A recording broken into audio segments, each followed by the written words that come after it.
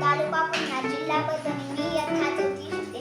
मी महावाचन अभियानात सहभाग घेतला आहे. मी चेहरे नसलेली माणसं, लेखक श्याम कुरुळे या पुस्तकाचे वाचन केले. या पुस्तकातून मला नकली मुखवटे घालून माणसे कशी वागतात याविषयी माहिती मिळाली. धन्यवाद.